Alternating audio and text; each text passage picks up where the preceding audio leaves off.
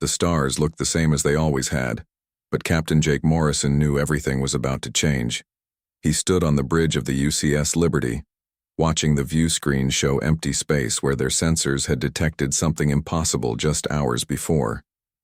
An alien ship. Jake had been exploring space for 15 years. He had seen gas giants with rings of ice, dead worlds covered in ancient ruins, and nebulae that painted space in colors that had no names. But he had never seen proof that humans were not alone in the universe. Until today. "Captain, we're getting a signal," said Lieutenant Amy Parker from her station. Her voice was steady, but Jake could hear the excitement underneath. "It's not like anything in our databases." "Put it through the translators," Jake ordered. The Liberty carried the most advanced computer systems the Terran Colonial Alliance had ever built. If anyone could make sense of alien language, they could. The Riao bridge fell silent as strange sounds filled the air. Clicks, whistles, and something that might have been words in a language no human had ever heard. The computer worked for several minutes before a mechanical voice announced, "Translation attempt complete. Accuracy uncertain." Then new words came through the speakers, flat and emotionless from the computer's voice. "Unknown vessel, you will follow us to the Zephyrian homeworld. You will meet with our Emperor. You will not resist." Jake felt his heart racing. First contact with an alien species, and it sounded like a command, not a greeting. He looked around the bridge at his crew. They were all young, all volunteers from different worlds in human space. None of them had trained for this moment because no one had believed it would ever happen. "Send a response," Jake said. "Tell them we come in peace and we're honored to meet them." Amy worked at her console, then shook her head. "Sir, they're not waiting for an answer. They're already moving away and their signal is getting weaker. I think they expect us to follow." Jake made his decision quickly. This was why they were out here exploring the unknown. "Set course to follow them, but keep our distance and send a message back to Earth. Tell them we've made contact." The journey to the alien homeworld took 3 days. During that time, more ships appeared around the Liberty. They were sleek and dark, built like weapons rather than exploration vessels. Jake counted 20 of them by the time they reached their destination. The planet below was beautiful in a harsh way. Red deserts stretched between silver cities that rose like spears toward the sky. Everything looked designed to impress and intimidate. Jake had seen human colonies that grew naturally over time, spreading outward as they needed more space. This world looked like it had been planned by someone who wanted to show power above all else. "Captain," Amy said, "we're being hailed from the surface." The face that appeared on their screen was clearly not human. The alien had pale blue skin, large dark eyes, and features that seemed carved from stone. When it spoke, the translator made its voice sound cold and formal. "I am Commander Tresh of the Zephyrian Empire. You will land at the coordinates we transmit. You will bring only 3 of your people. You will come unarmed." The transmission ended before Jake could respond. He looked at his crew and saw worry on their faces. This did not feel like the peaceful first contact they had all hoped for. "I'm going down," Jake announced. "Amy, you're with me, and we'll need a diplomat." That was how Ambassador Lisa Grant found herself on an alien world 3 days later, walking through corridors that seemed designed to make visitors feel small. Lisa had spent her career negotiating trade agreements between human colonies. She had dealt with angry miners, stubborn farmers, and politicians who thought compromise was a dirty word. But she had never dealt with aliens. The throne room was vast. The ceiling disappeared into shadows above them, and the walls were covered with what looked like weapons from 100 different worlds. At the far end, on a throne that could have held 10 humans, sat the Zephyrian Emperor. He was twice the size of the commander who had spoken to them from orbit. His skin was darker blue, almost purple, and his movements were slow and deliberate. When he spoke, his voice filled the entire room without the need for amplification. "So," the Emperor said, and the translator made his amusement sound like grinding metal. "These are the humans we have heard whispers about. You spread across star systems like some kind of plague, and you have the strangest ideas." Lisa stepped forward, trying to keep her voice steady. "Your Majesty, we come seeking friendship between our peoples. We believe that together we can achieve great things." The Emperor leaned forward on his throne. Around the room, Zephyrian guards watched with expressions Lisa could not read. Together? You mean you wish to serve the Empire, as all civilized species do? We mean partnership, Lisa said. Our colonies work together by choice. Each world has a voice in decisions that affect them all. We call it democracy. The sound the Emperor made might have been laughter, but it was not pleasant. Democracy. Yes, we have heard of this madness. You let the weak decide for the strong. You waste time asking everyone what they think instead of simply giving orders that must be obeyed. Commander Rick Hayes, who had been silent until now, felt his temper rising.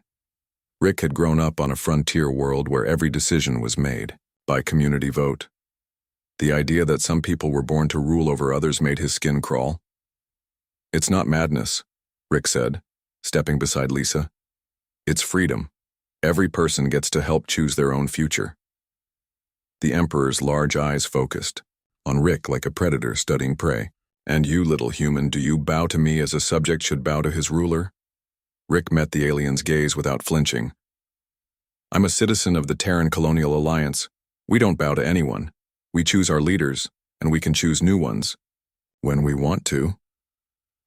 The silence that followed was so complete that Lisa could hear her own heartbeat.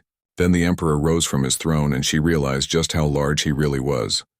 When he spoke, his voice was no longer amused. Choose your leaders? Remove them when you wish? This is exactly the kind of chaos that destroys civilizations. This is why your species will not be allowed to spread this poison to other worlds. Jake felt the situation spiraling out of control. We don't want to force our ways on anyone, we just want to live in peace. Peace, the Emperor repeated. There is peace in the galaxy, humans. The peace that comes when everyone knows their place and follows the orders of those wise enough to rule. You will submit to the Empire, or you will be removed like the others who refused wisdom. Lisa's diplomatic training kicked in despite her fear. What others? The Emperor gestured to the weapons covering his walls. 3 species in the last century thought as you do. They believed in choices and votes and the madness of letting everyone speak. Their weapons hang here now as reminders of what happens to those who reject order. Rick's hand moved toward his sidearm before he remembered they had come unarmed. The Emperor noticed the gesture and smiled, showing teeth that were too sharp. You have 1 rotation of your planet to decide, the Emperor announced. Submit to imperial rule or face the consequences. Commander Tresh will escort you back to your ship. As they were led away, Lisa caught sight of something that made her blood run cold. In a side corridor, she saw what looked like artwork on the walls, but as they passed, she realized it was not art. It was a collection of flags and symbols, trophies taken from conquered worlds. Some of them looked almost human. Back aboard the Liberty, Jake sent an emergency transmission to Earth, while Lisa and Rick tried to process what they had experienced. The message would take weeks to reach home, but Jake knew what the response would be. Earth would not surrender to alien rulers no matter how powerful they claimed to be. As if reading his thoughts, Amy looked up from her sensor station with a pale face. Captain, you need to see this. The main screen lit up with dozens of new contacts. Zephyrian warships were entering the system, more than Jake had ever seen in one place. They moved in perfect formation, like a weapon pointed at the heart of human space. The war for the galaxy was about to begin, and it would be fought over the simple idea that people should have the right to choose their own destiny. Captain Jake Morrison had been running silent for 6 days now. The Liberty drifted through space with all systems powered down except life support, hiding in the shadow of a dead moon while Zephyrian patrol ships searched nearby systems. Jake knew they were looking for him and his crew, but he had bigger worries than being caught. 3 days ago, they had received a weak signal from deep space. It was not human, and it was not Zephyrian. Someone else was out there, and they were trying to make contact. Captain, whispered Lieutenant Amy Parker from her station. I'm picking up that signal again. It's stronger this time. Jake nodded and moved carefully to her console. Even the smallest sound might give them away to the alien hunters outside. Can you clean it up enough to understand it? Amy worked quietly for several minutes, adjusting frequencies and filtering out background noise. Slowly, a voice emerged from the static. It was speaking in a language that sounded nothing like the harsh commands of the Zephyrians. "This is Scientist Nala of the Kalari Republic," the translator finally said. "If any free people can hear this message, please respond. We are few, but we are not defeated." Jake felt hope stir in his chest for the first time since leaving the Zephyrian homeworld. They were not alone in facing the Empire. He looked around the bridge at his crew, seeing the same hope reflected in their faces. "Send a response," he whispered. "Tell them we're here." The reply came quickly, as if the Kalari had been waiting desperately for any answer. Within hours, Jake found himself speaking directly with beings who had been fighting the Zephyrian Empire for over 50 years. The Kalari looked almost human, but taller and thinner, with silver skin that seemed to glow faintly in their ship's lighting. Scientist Nala explained that her people had once ruled a dozen star systems before the Empire came. Now they lived in hidden bases, moving constantly to avoid detection. "Your people interest us greatly," Nala said through the communication link. "We have monitored your radio transmissions for many years. This idea of democracy, of choosing leaders by vote, this is something we have never encountered." "You don't choose your leaders?" asked Ambassador Lisa Grant, who had joined the conversation. "We have always followed our scientists and engineers," Nala explained. "Those with the most knowledge make the decisions, but we have learned that knowledge alone is not enough to defeat the Empire. Perhaps your way of thinking could help." Over the following days, more voices joined their secret communications network. The Verdani were a plant-like species that communicated through chemical signals and shared consciousness. They had been nearly wiped out by the Empire, but small groups survived in the deepest forests of hidden worlds. The most surprising contact came from beings called the Luminals, who existed as pure energy and lived in the spaces between stars. They spoke in concepts rather than words, and their ideas came through the translator as poetry and mathematics mixed together. Dr. Helen Park, the Liberty's science officer, worked day and night to understand what the other species were telling them. She had spent her career studying alien life forms that might exist somewhere in the galaxy, but she had never imagined anything like what she was learning now. "Captain," Helen said during one of their whispered briefings, "I think I understand what's happening here. The Zephyrians aren't just conquering worlds for resources or territory. They're doing something much more specific." Jake leaned forward in his chair. "What do you mean?" "Every species that contacted us had some form of shared decision-making," Helen explained. "The Kalari follow their smartest people, but those people are chosen by groups of other scientists. The Verdani make choices through their connected consciousness. Even the Luminals talk about consensus among their energy patterns, and the Zephyrians destroyed all of them," Lisa said quietly. "Not destroyed," Helen corrected. "Scattered, hidden, driven underground. But they're all still out there, and they're all still making decisions together in small groups. The Empire can conquer worlds, but they can't seem to kill the idea that people should have a say in their own lives." This revelation led to a dangerous mission. Lieutenant Commander Sam Torres volunteered to take a small shuttle deep into Zephyrian space, using stealth technology borrowed from the Kalari to avoid detection. His goal was to reach one of the conquered worlds and see what the Empire actually did to the people they ruled. Sam had grown up on Mars, where every major decision was debated in public forums that could last for days. The idea of living under absolute rule was almost impossible for him to imagine. What he found on the Zephyrian-controlled world of Nexus Prime was worse than he had expected. The cities were beautiful and efficient, with perfect order everywhere. But the people moved like machines, following predetermined paths, and never speaking unless spoken to first. Children attended schools where they learned to obey without question. Adults worked at jobs assigned to them by imperial administrators. Most disturbing of all, Sam discovered that the Zephyrians used a form of neural conditioning on the conquered populations. Small devices implanted behind the ear sent constant signals that suppressed curiosity, creativity, and the desire to question authority. "It's not just political control," Sam reported back during a brief communication window. They're changing how people think, making them forget that they ever had choices. But Sam also discovered something the Empire had not expected. The neural conditioning did not work perfectly on every species. Some individuals, especially those with strong memories of freedom, could resist its effects. These people formed secret groups, hiding in the shadows of the perfect imperial cities. On Nexus Prime, Sam met a former Zephyrian officer named Kethara, who had broken free from the conditioning that controlled his own people. Kethara explained that not all Zephyrians were born into the Empire. Many came from conquered worlds and had been conditioned to forget their original homes and families. The Empire fears democracy more than any weapon, Kethara told Sam during a secret meeting in the ruins of an old library. They have seen what happens when people remember they can choose.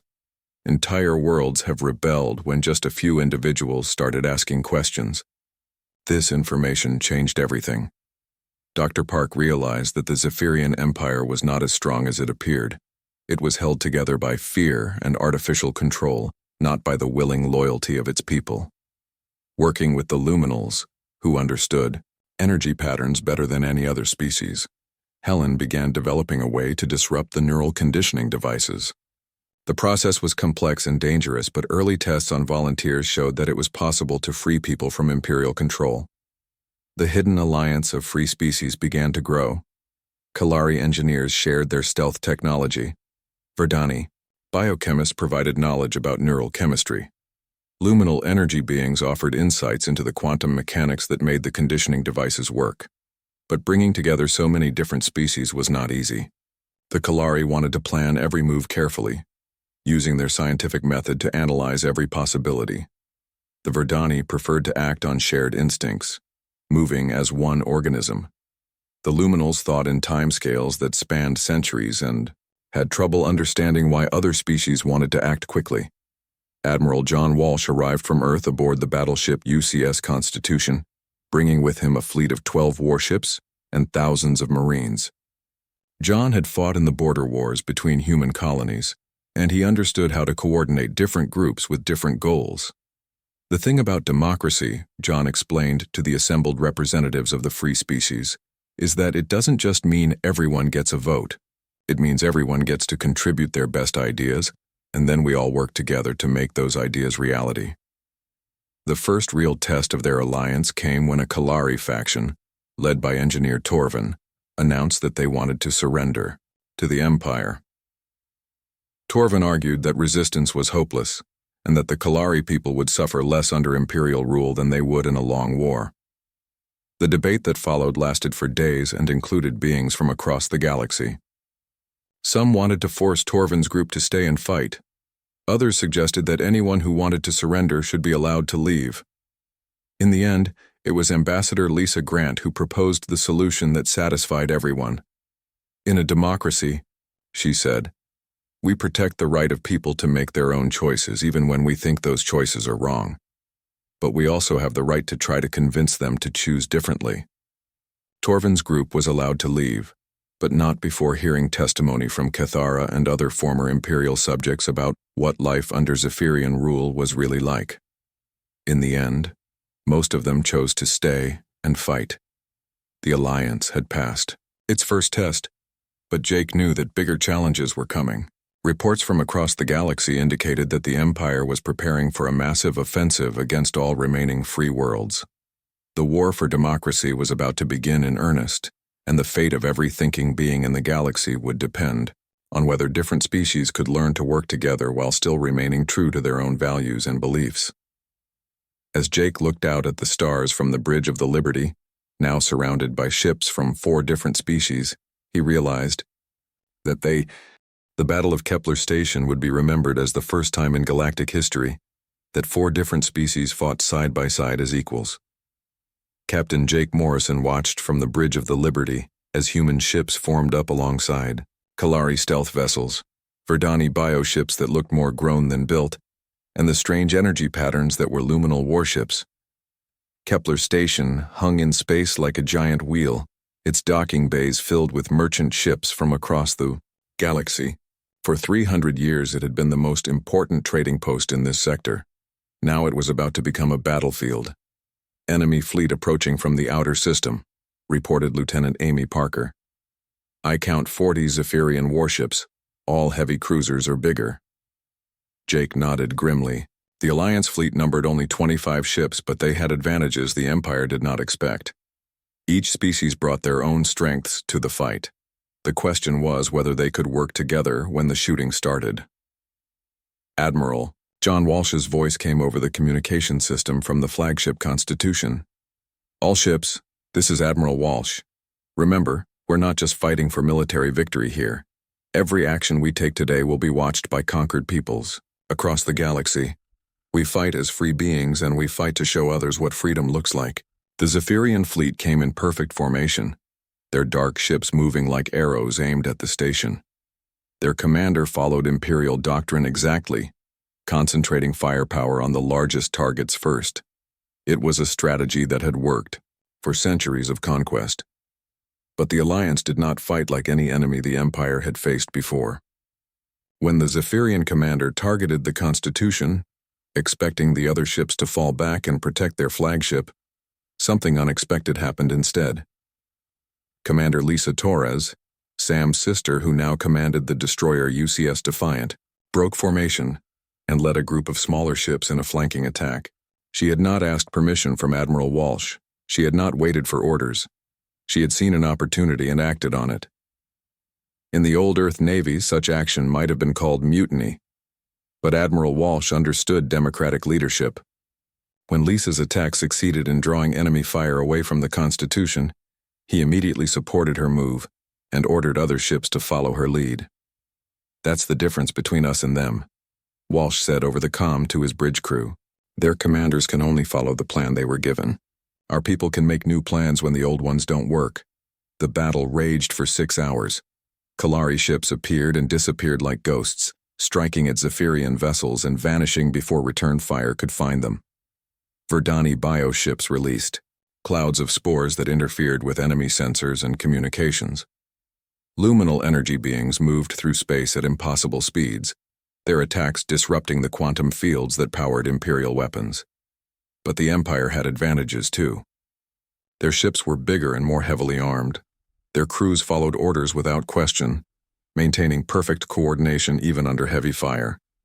And they were willing to do things that horrified the Alliance forces. When the battle turned against them, the Zephyrian commander ordered his ships to target Kepler station itself.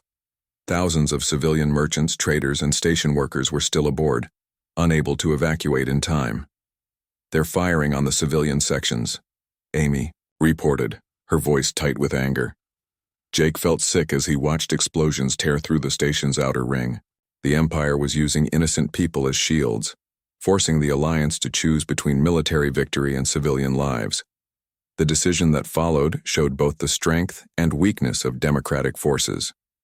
Admiral Walsh called for an immediate fleet vote on whether to continue the attack or fall back to protect the civilians. The debate lasted only minutes, but in space combat, minutes could mean the difference between victory and defeat. While Alliance commanders argued over their course of action, Zephyrian ships regrouped and began to gain the upper hand. In the end, the vote was unanimous. Every ship captain, from every species, agreed that civilian lives came first. The Alliance fleet moved to defend Kepler Station, even though it meant giving up their tactical advantage. What happened next surprised everyone, including the Zephyrians. As Alliance ships moved to shield the station, the civilian crews inside began helping with the defense. Merchant captains who had never fired a weapon in anger turned their cargo haulers into improvised gunships. Station engineers rerouted power to give the defensive shields extra strength. "Look at your scanner," Amy said to Jake, wonder in her voice. "The civilian ships aren't running away, they're joining the fight." Jake watched as dozens of small civilian vessels swarmed around the Zephyrian fleet like angry insects.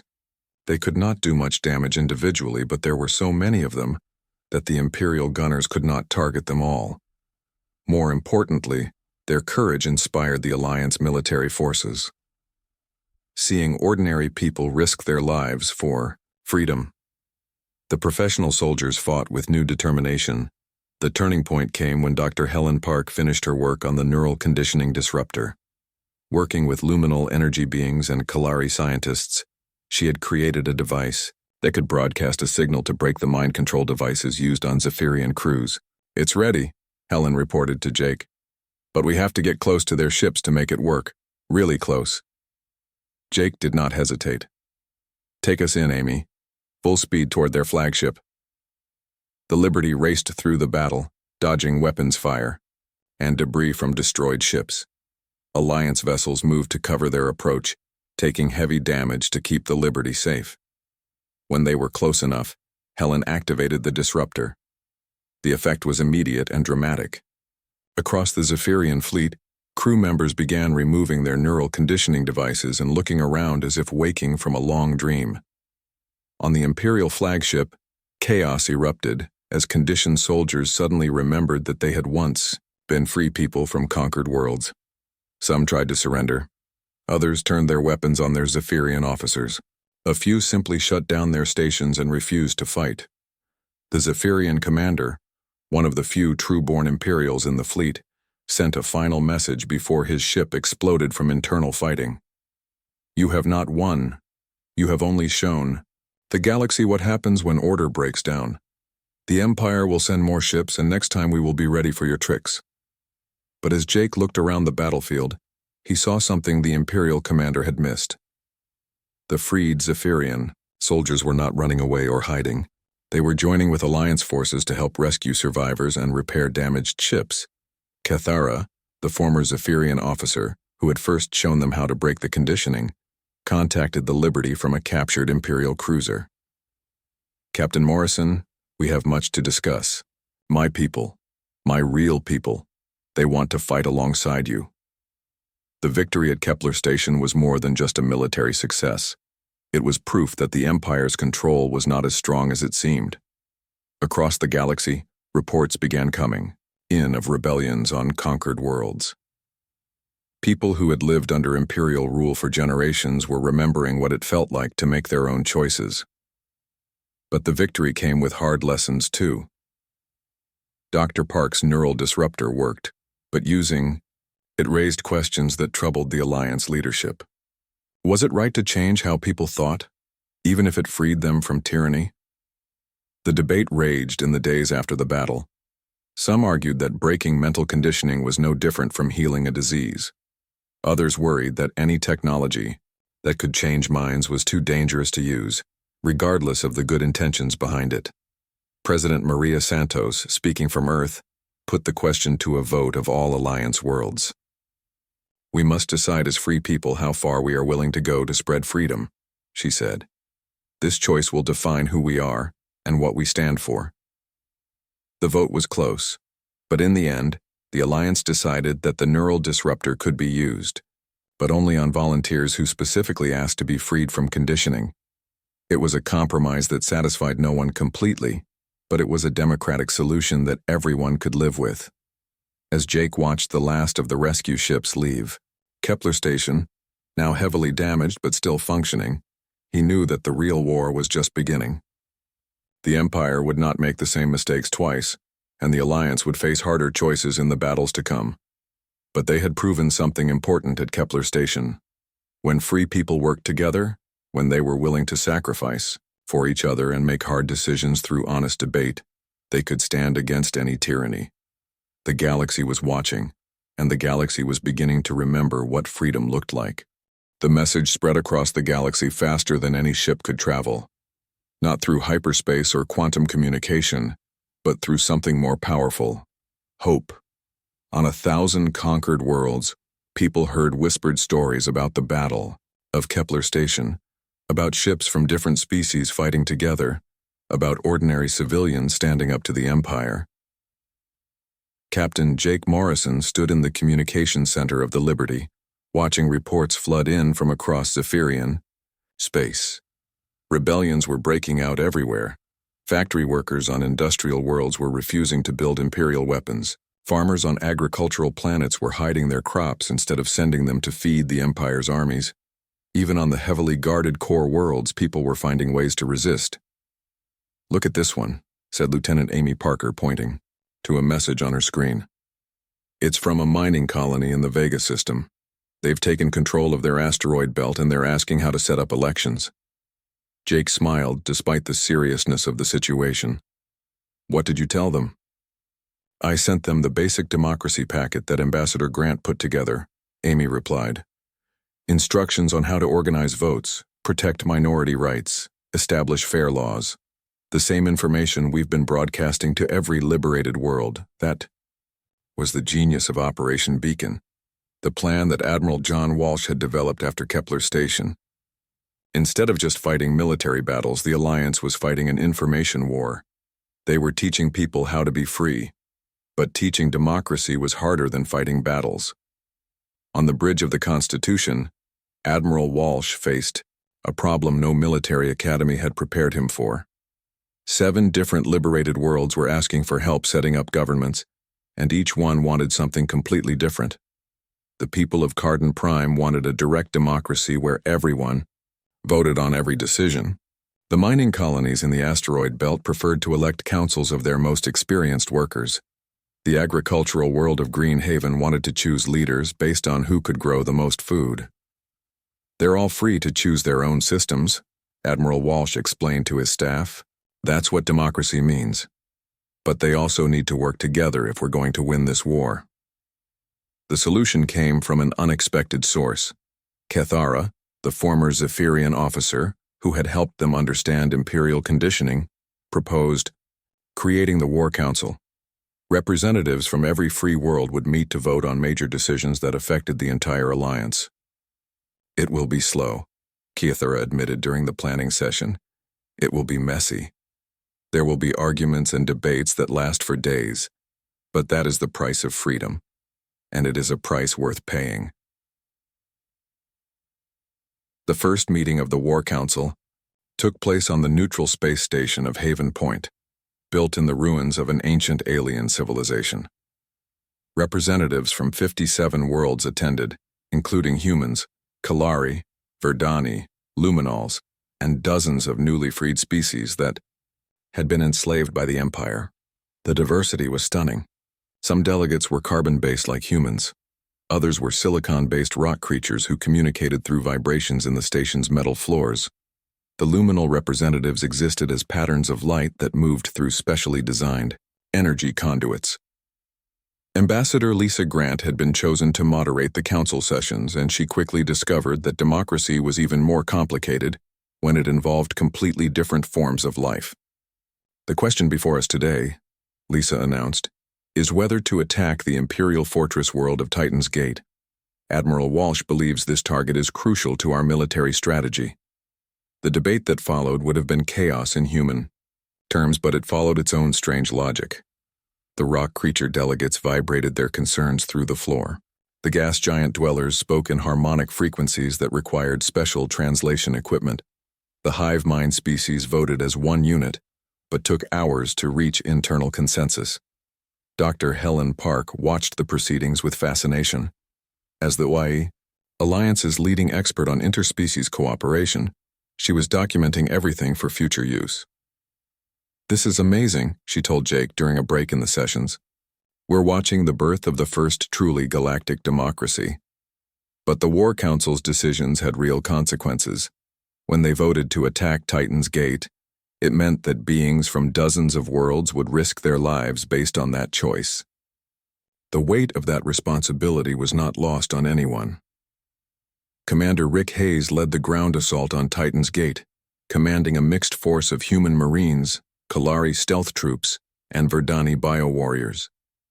The fortress was built into the side of a mountain, with weapons that could destroy entire fleets, but the Alliance had learned from their earlier battles. Instead of a direct assault, they used Dr. Park's neural disruptor to free the enslaved workers inside the fortress. Within hours, the Imperial stronghold was torn apart from within as thousands of freed slaves turned against their oppressors. The pattern repeated across the galaxy. Imperial bases fell not to overwhelming firepower, but to the simple idea that people deserved to choose their own fate. Former slaves became soldiers, conquered peoples became allies. The Empire's greatest strength, its vast population of controlled subjects, became its greatest weakness. But success brought new challenges. As more worlds joined the alliance, the War Council grew larger and more difficult to manage. Some delegates complained that the voting process took too long. Others argued that their worlds were not getting enough representation. The crisis came when the Council deadlocked on a crucial decision. Intelligence reports showed that the Zephyrian Emperor was preparing to destroy entire star systems rather than lose them to the rebellion. The Alliance had to act quickly, but the Council could not agree on what to do. For 3 days, delegates argued while Imperial doomsday weapons moved into position. Some wanted immediate military action. Others demanded more time for diplomatic solutions. A few suggested that each world should decide for itself what to do. It was Senator Paul Chen, now serving as Earth's senior representative, who broke the deadlock with a simple proposal. "We vote," he said. "Not just the Council delegates, but everyone. Every free being in the galaxy gets to choose our response to this threat." The idea was unprecedented, a galaxy-wide election involving trillions of beings from hundreds of species. The logistics alone seemed impossible. How do you count votes from creatures that communicate through chemical signals? How do you explain complex military strategy to civilizations that think in completely different terms? But the Alliance found a way. Using the same communication networks that had spread news of the rebellions, they broadcast the question in every known language and thought pattern. The vote would be simple: continue fighting for total victory, or seek a negotiated peace with the Empire. The campaign that followed was unlike anything in galactic history. Former imperial subjects told their stories of life under tyranny. Military leaders explained the strategic situation. Philosophers from different worlds debated the meaning of freedom and justice. Jake found himself speaking to audiences he could never have imagined. He addressed a gathering of crystalline beings who experienced time differently than humans. He explained human concepts of democracy to a species that had never needed government because they shared a collective consciousness. "Freedom is not just about humans," Jake told them. "It's about every thinking being having the right to choose their own path. That's what we're fighting for. Not human dominance, but universal liberty." The vote took 7 days to complete. When the results came in, the margin was closer than anyone had expected. 51% voted to continue the war until the Empire was completely defeated. 49% preferred negotiation. But even more important than the outcome was what the vote represented. For the first time in galactic history, beings from across the universe had participated in a single democratic decision. They had proven that democracy could work on a scale beyond anything previously imagined. As Jake watched the vote totals come in from distant worlds, he felt a pride that had nothing to do with military victory. They had not just defeated the Empire's fleets. They had shown the galaxy what it meant to be free. The final phase of the war was about to begin, and it would be fought not just with weapons, but with the most powerful force in the universe, the collective will of free people who had chosen their own destiny. Emperor Vextar's response to the vote was swift and brutal. Imperial fleets began moving toward civilian targets, preparing to carry out the threat to destroy worlds rather than lose them. But they faced an enemy unlike any they had fought before, an entire galaxy united in the simple belief that freedom was worth any sacrifice. The battle for the galaxy was about to reach its climax, and the outcome would determine whether tyranny or liberty would rule the stars. The Zephyrian homeworld had never seen ships like these before. Captain Jake Morrison watched from the Bridge of the Liberty as the largest fleet in galactic history approached the Empire's capital. But this was not an invasion force come to destroy. It was something far more dangerous to tyranny. It was democracy come to offer choice. The fleet contained ships from over 200 species.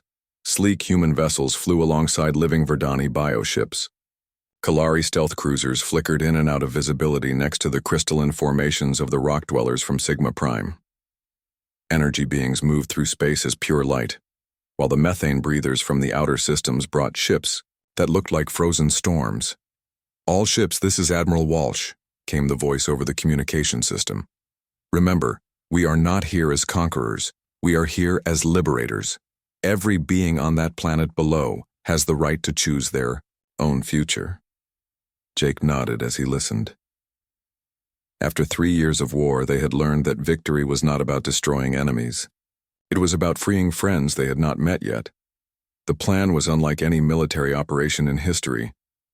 Instead of orbital bombardment, the fleet carried thousands of small landing craft filled with former Zephyrian soldiers like Kethara. Each craft had broadcasting equipment that could transmit directly to the neural conditioning devices used on the planet's population. Dr. Helen Park had spent months perfecting the liberation signal. Working with scientists from dozens of species, she had created a transmission that could break the mental chains that bound the Zephyrian people without harming them. "Beginning transmission now," Helen reported from her station. "All frequencies are clear and strong." Across the planet below, something extraordinary began to happen. In the perfect cities of the Empire, people stopped walking in their programmed paths and looked around as if seeing their world for the first time. Workers in the factories put down their tools and began talking to each other. Children in the schools started asking questions their teachers could not answer. Emperor Vextar watched from his throne room as reports flooded in of chaos spreading across his capital world. His own guards, many of them conditioned soldiers, from conquered worlds, were removing their control devices and looking at him with new understanding. "Your Majesty," said Commander Tresh, one of the few pure-blood Zephyrians left in the Imperial Court, "the planetary defense grid is failing. Our own people are shutting down the weapon systems." The Emperor rose from his throne, his massive form towering over the smaller figure of his commander. "Then we will meet these Democrats face to face. Let them see what real power looks like." But when the throne room doors opened, it was not Admiral Walsh or Captain Morrison who entered first. It was President Maria Santos of Earth, flanked by representatives from every free world in the galaxy. Behind them came Kethara and hundreds of other former Imperial subjects who had chosen freedom over servitude. "Your Majesty," President Santos said, her voice calm but firm, "we come not to conquer, but to offer choice. Your people deserve the right to decide their own future." Emperor Vextar laughed, but the sound was no longer as confident as it had been 3 years earlier. "Choice? You offer chaos and weakness. Without strong leadership, civilizations fall apart." It was Kethara who answered, stepping forward to face the being who had once commanded his absolute loyalty. "I believed that too, Your Majesty.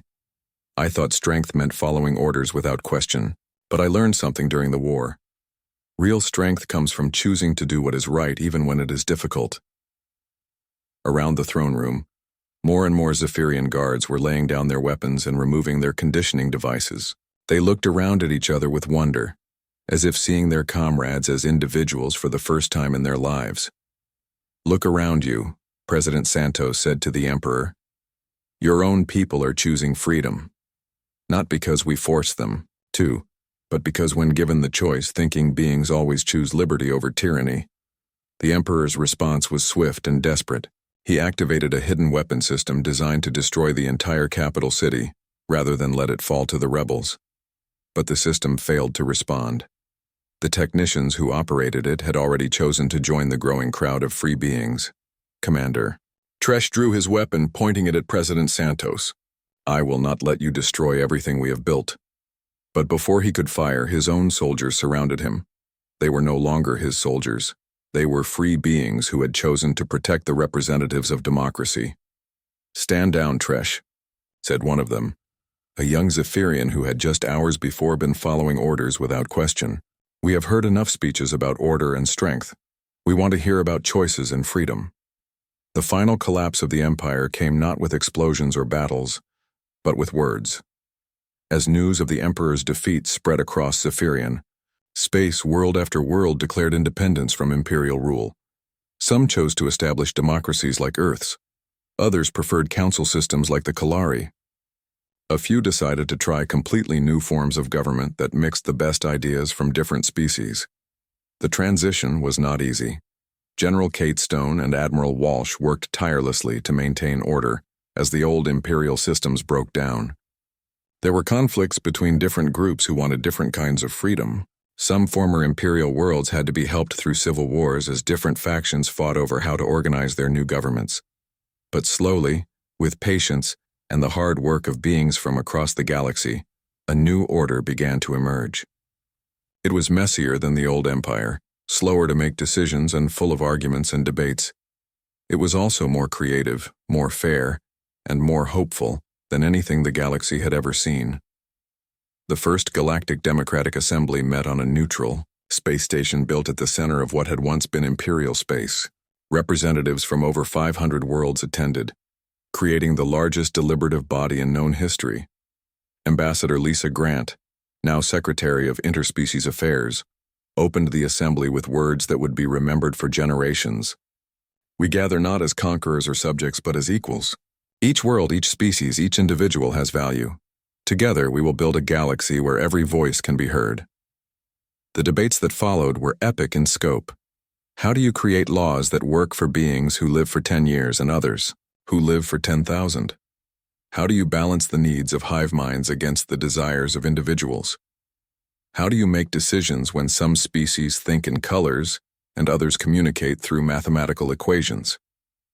The solutions they found were not perfect, but they were democratic. The new Galactic Charter of Rights protected both individual freedom and species diversity. The Assembly created systems for fair representation that took into account the vast differences between member worlds. Most importantly, they established the principle that any world could leave the Federation if its people chose to do so. Captain Jake Morrison, now Admiral Morrison, commanded the Galactic Peace Fleet, a volunteer force drawn from every member species. Their mission was not to conquer or control, but to protect democratic institutions and help new worlds establish free governments. Dr. Helen Park continued her work, now focused on education rather than warfare. She established the Institute for Democratic Learning, which sent teachers across the galaxy to help newly freed peoples understand their rights and responsibilities as citizens. On Earth, children learned about the war not as a human victory, but as proof that the ideals of democracy could unite any beings who chose freedom over tyranny. In schools across the galaxy, young ones of hundreds of species studied the same basic truth: that government should serve the people, not the other way around. The ceremony marking the 5th anniversary of the war's end took place on New Geneva, the new galactic capital built on a world that had once been an imperial prison colony. President Santos, now elderly but still sharp, stood before representatives from across the known universe. 5 years ago, she said, we faced an empire that believed some beings were born to rule and others to serve. Today, we live in a galaxy where every thinking being has the right to choose their own path among the stars. As the ceremony ended, a message arrived from the far edge of the galaxy. Another species had detected the democratic broadcasts and wanted to make contact. They had questions about this thing called voting, and they wondered if they too could join the community of free worlds. Jake smiled as he read the message. The war for the galaxy was over, but the spread of democracy would never end. As long as there were thinking beings in the universe, there would be those who chose freedom over tyranny, cooperation over conquest, and hope over fear. The galaxy was free, and it would remain free as long as its people remembered that the price of liberty was eternal vigilance, and that the strength of democracy lay not in the power of its leaders, but in the wisdom of its citizens.